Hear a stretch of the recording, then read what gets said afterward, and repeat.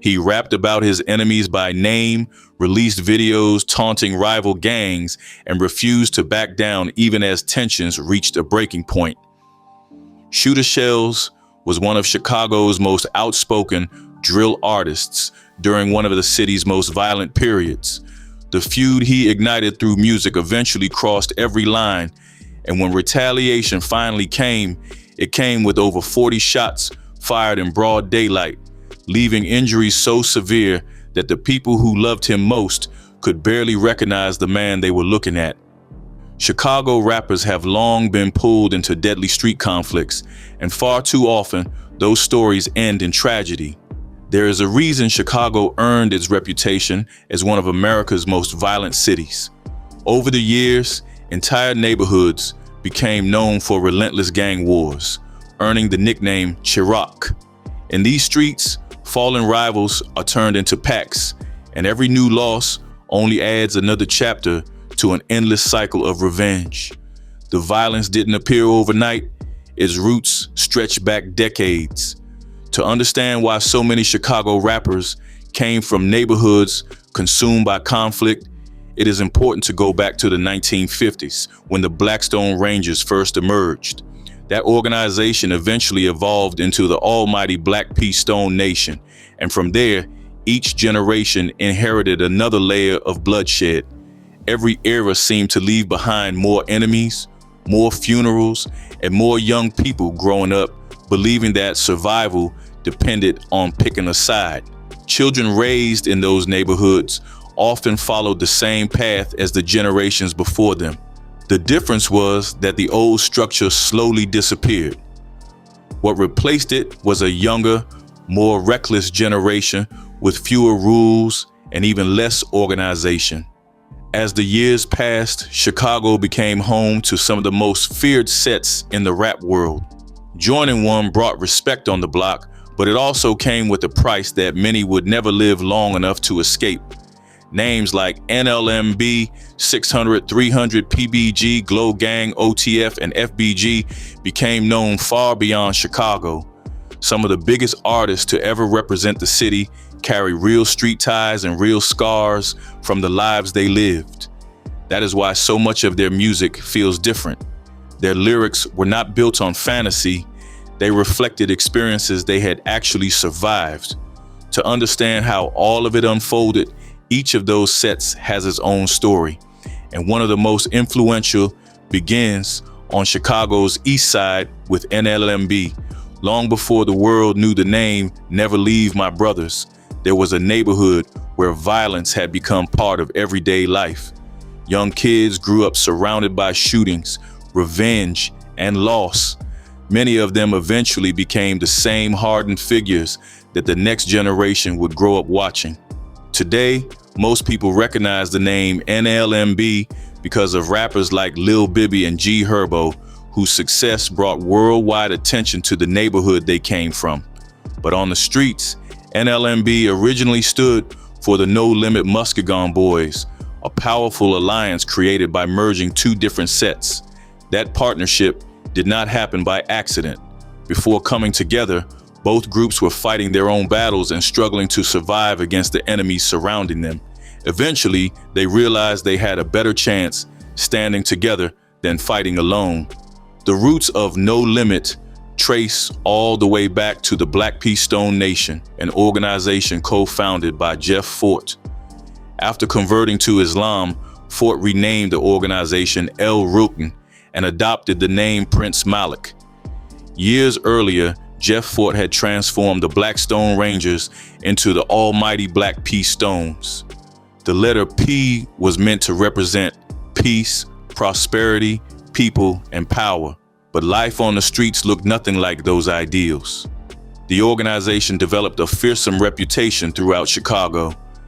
Members built an empire through violence and crime, becoming known for retaliating without hesitation.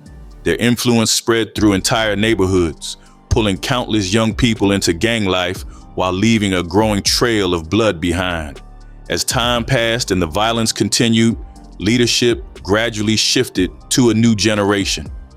That was when Jeff Fort's son, Antonio Fort, began laying the foundation for what would eventually become NLMB.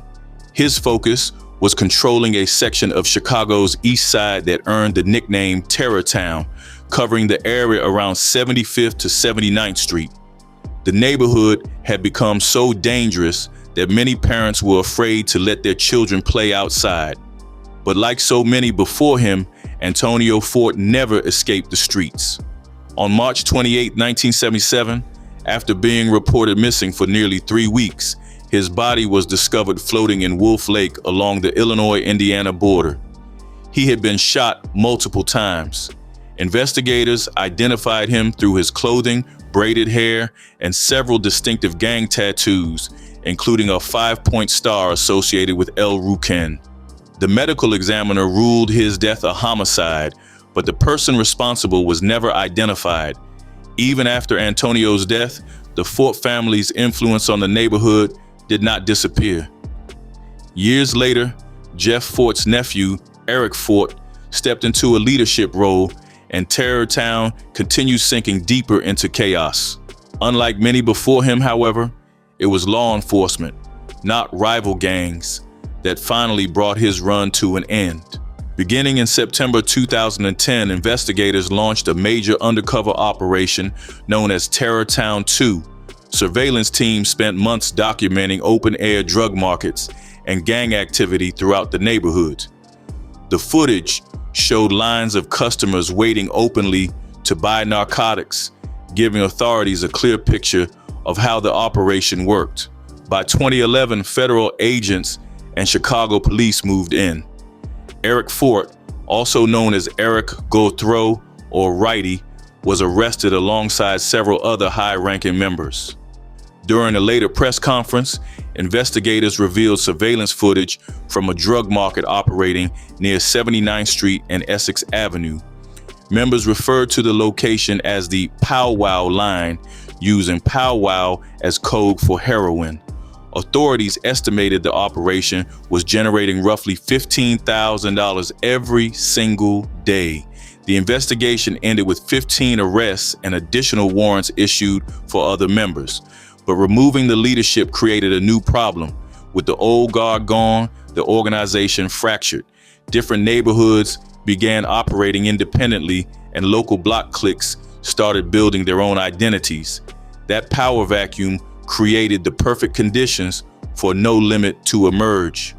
Operating around 79th Street, No Limit was originally guided by respected older members known as G Bull and G Gill. Under their influence, a new generation came up through the neighborhood. Future names like Lil Bibby, G Herbo, G Money, Cairo, Faro, Lil Wet, Crazy James, Juwop, G Mineski, and one of NLMB's most feared members, Mad Max, all came out of that environment. That explained one half of the Future Alliance. The other half came from a nearby neighborhood known as Muskegon. The Muskegon Boys, also called the Muskegon Block Gangsters, were a smaller gangster disciples-affiliated set based around 78th Street and Muskegon Avenue. According to street accounts, the group was started by two respected figures known as Doeski and Whitebread. Like so many Chicago neighborhoods, the distance separating allies and enemies was incredibly small. The Muskegon Boys were surrounded by rivals. On one side stood Terror Town. On another stood the Lakeside neighborhood, which would later become home to the feared KTS crew, short for Kill to Survive. Long before KTS gained its reputation, tensions between those neighborhoods were already producing regular violence. Under constant pressure, the Muskegon Boys looked for strength in numbers. The answer came through an alliance with No Limit in Terror Town. Together, the two groups formed the No Limit Muskegon Boys, better known as NLMB or Never Leave My Brothers. Once that partnership became official, the violence escalated dramatically. Shootings increased. Both sides suffered heavy losses. Every retaliation created another reason for revenge, pulling the neighborhood even deeper into war. Unlike the older generation, the young members no longer wanted to operate under the identity of the Black P. Stones. They believed they were the ones risking their lives every day to defend the neighborhood. Instead of carrying the Terror Town name, they wanted their own identity and their own reputation. So they built one. At the center of that new generation were childhood friends G Herbo and Lil Bibby, who had known each other since they were toddlers. Both later explained that as older members were killed or sent to prison, younger teenagers had no choice but to step into leadership roles. Rival gangs saw an opportunity to take territory, forcing kids to fight battles that had started years before they were old enough to understand them. By just 15 years old, G Herbo and many of his friends were already deeply involved in that conflict. It was a war they had inherited rather than created. That is how the streets worked. Old grudges never disappeared. They simply passed from one generation to the next. Young men found themselves fighting enemies who lived only a few blocks away over conflicts that began long before they were born. That life came with enemies on every side. NLMB regularly clashed with groups like Black Mob, Pocket Town, and Lakeside's KTS, a crew known for members tattooing targets on their own necks. But among all those rivalries, Black Mob became one of the most personal. Ironically, the two groups had once been allies. Their relationship was built on a simple understanding. Anyone selling drugs inside Black Mob territory owed the group a percentage of the profits. Everything changed when an NLMB member known as Vito ignored that agreement. Black Mob confronted him and disciplined him rather than killing him, hoping the message would be enough. It wasn't. Instead of letting the situation die down, Vito allegedly came back looking for revenge. According to street accounts, he attempted to shoot a Black Mob member while that person's relatives were nearby. The attack failed. Moments later, the situation turned against him. On April 27, 2009, around 1:20 in the morning, Chicago police responded to reports of gunfire on the 7800 block of South Essex Avenue. Officers found 19-year-old Davis Johnson, better known as NLMB Vito, lying on the sidewalk with a gunshot wound to the chest. Witnesses reported that he had been arguing with a large group moments before several shots were fired. The shooter fled before police arrived. Investigators later charged Trinity Walton, also known as Black Mob Boo, with the killing. He was ultimately convicted and sentenced to 60 years in prison. From that moment forward, there was no repairing the relationship. Whatever alliance had once existed disappeared for good. Black Mob officially became one of NLMB's most determined rivals, and they were far from an easy opponent. Among their ranks was one of the neighborhood's most respected shooters, a man known throughout Chicago as ShootaShellz. Born on September 10th, 1995, Sidron Ellis Doles, better known as ShootaShellz, grew up in Chicago's Humboldt Park neighborhood on the west side. Street rumors linked him to Black Mob, a faction of the Black P. Stones. Before long, he carved out a name for himself in Chicago's drill scene, not just because he could rap, but because of what he was willing to say. His music didn't dance around street politics. He openly mocked rival gangs, dissed dead enemies, and turned a real-life beef into lyrics that spread far beyond the neighborhoods where those conflicts began. During his career, ShootaShellz released several songs including Pac-Man, My Story, Mobsters, Real Ones, and Godfather. But one record stood above the rest when it came to controversy: Death of 150. That track wasn't just another drill song, it was a direct attack on No Limit. Every verse poured more fuel onto an already violent rivalry, and the music video made it even more explosive. Instead of keeping things subtle, ShootaShellz openly taunted his rivals, making it clear exactly who the message was meant for. In Chicago, where street reputations carry real consequences, that kind of disrespect rarely went unanswered. The online war quickly became just as intense as the one happening on the streets. When Death of 150 dropped on YouTube in April 2017, ShootaShellz appeared throughout the video holding what federal investigators later identified as a handgun. But it wasn't just the visuals that grabbed attention. Most of the song was aimed directly at Lil Herb, who the world now knows as G Herbo. Throughout the track, ShootaShellz accused Herbo of never truly living the life he rapped about.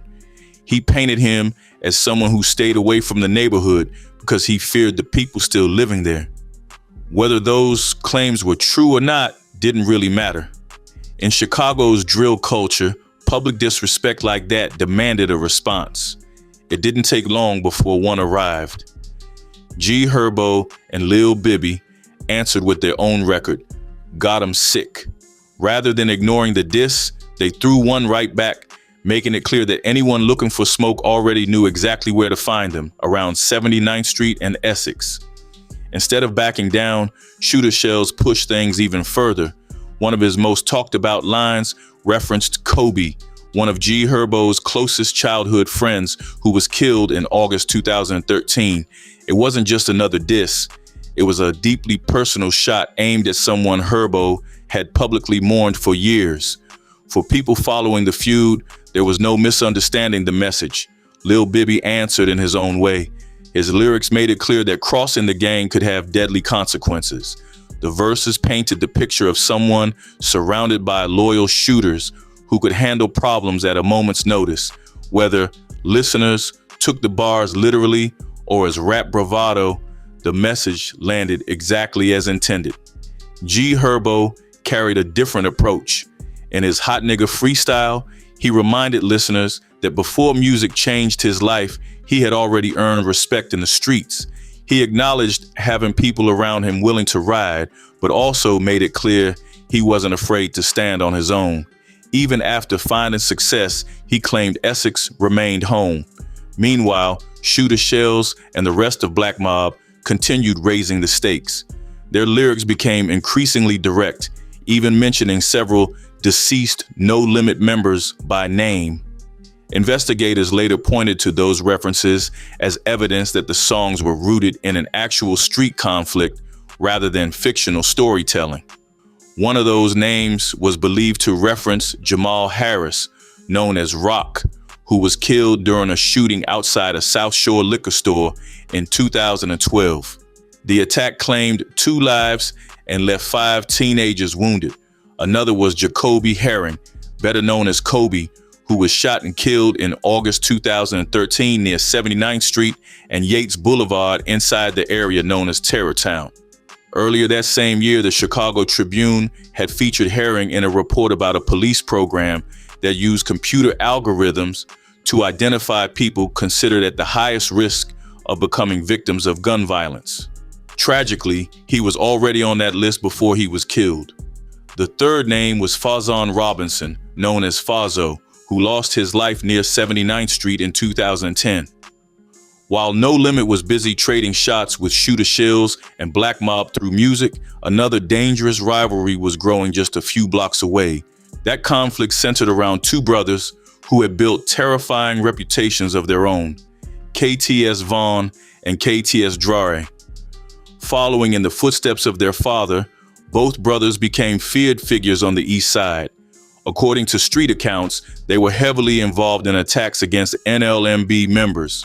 Fallen rivals were memorialized on custom t-shirts, and those shirts were proudly displayed around the neighborhood and even inside music videos. It was another reminder that the war wasn't just happening in the streets anymore. It was being documented, celebrated, and amplified online.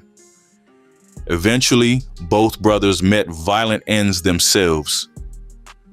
KTS Vaughn's story came to an end on June 23, 2015. Police said he was shot multiple times in Chicago's Greater Grand Crossing neighborhood near the 7500 block of South Ellis Avenue shortly after 2 p.m. Reports claimed he had been under the influence of drugs before the attack, though that detail has never changed the way the shooting is remembered. He died at the scene.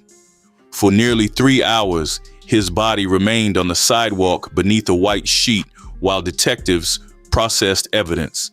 As investigators worked, neighbors gathered nearby hoping to understand what had happened. When the medical examiner finally arrived, officials positioned vehicles to block public view before removing the body. Even after the scene was cleared, reminders of the shooting remained.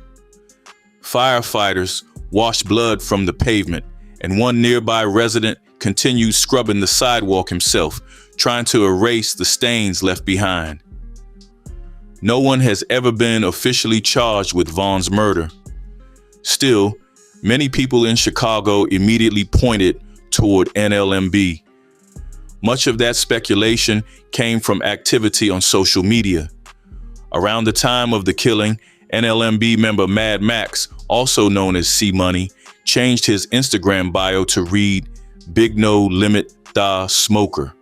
Another NLMB affiliate known as Chopper also posted a cryptic message that many believed referenced the shooting. None of those posts proved who was responsible, but they fueled years of speculation. Then attention shifted to Vaughn's older brother. KTS Dre had been sitting in jail while all of this unfolded. Rival gangs knew it was only a matter of time before he made bond. The moment finally came after his fiancée posted his bail. Less than a day after walking out of Cook County Jail, Dre was ambushed. Investigators recovered approximately 64 shell casings from the scene, making it one of the most heavily documented shootings connected to Chicago's gang conflicts. Dre suffered dozens of gunshot wounds and died shortly afterward. The sheer number of rounds fired reflected just how personal that attack appeared to be. By that point, the violence surrounding NLMB had reached another level. The group had earned a reputation for constantly applying pressure against rival sets, and one name kept surfacing whenever people talked about the most feared members: Mad Max. Street rumors have long claimed that Mad Max played a direct role in the ambush that eventually claimed the life of ShootaShellz. You see, roughly 3 months after releasing Death of 150, ShootaShellz stepped out of a house on what seemed like an ordinary summer morning. He was simply walking toward his car in Chicago's Auburn Gresham neighborhood. He never made it. According to court records, ShootaShellz left a residence on the 8100 block of South Paulina Street with another person at around 9:30 a.m. on July 10, 2017. As he headed toward 82nd Street, a white Nissan Altima pulled into the area. 3 men jumped out and immediately opened fire. Investigators were never able to determine whether the attackers had just spotted him by chance or had been waiting for the perfect opportunity. Either way, the outcome was the same. The shooters unleashed a barrage of 43 rounds before jumping back into the Altima and speeding south down Paulina Street, according to the FBI. The attack happened in broad daylight. One neighbor, too frightened to reveal her identity, later told investigators she saw multiple gunmen carrying out the ambush. Crime scene photographs captured police surrounding ShootaShellz's body, which lay covered in the middle of the street while detectives searched for evidence. Strangely, several nearby residents claimed they never heard the gunfire, despite dozens of shell casings scattered across the pavement. Officers quickly sealed off nearby intersections as crowds gathered around 82nd Street and Paulina, trying to figure out what had happened. To investigators, the circumstances left very little doubt. In an affidavit, FBI Special Agent Ian Hellenius concluded that, based on his training and experience, ShootaShellz's murder was a targeted attack. The autopsy painted an even darker picture.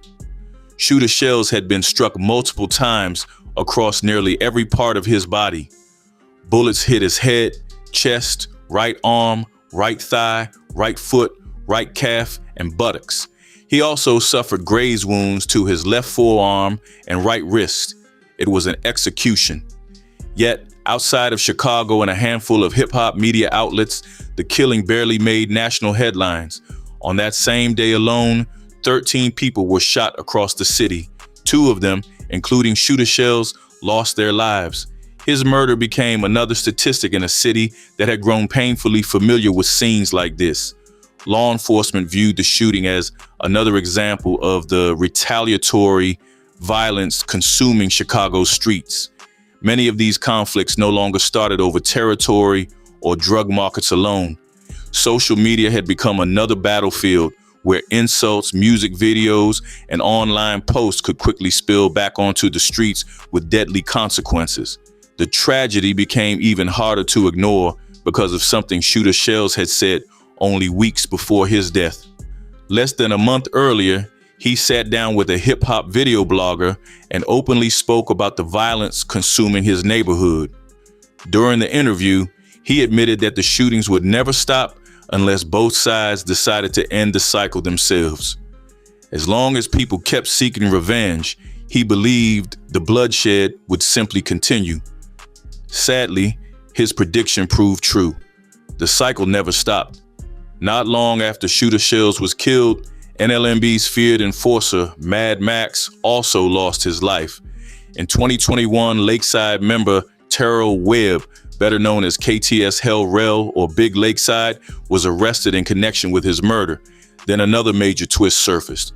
After both ShootaShellz and Mad Max had already been killed, previously sealed federal court documents identified Christopher Jackson, known on the streets as Mad Max, as one of the primary suspects investigators believed was involved in the murder of ShootaShellz. Whether every question surrounding the case will ever be answered remains uncertain.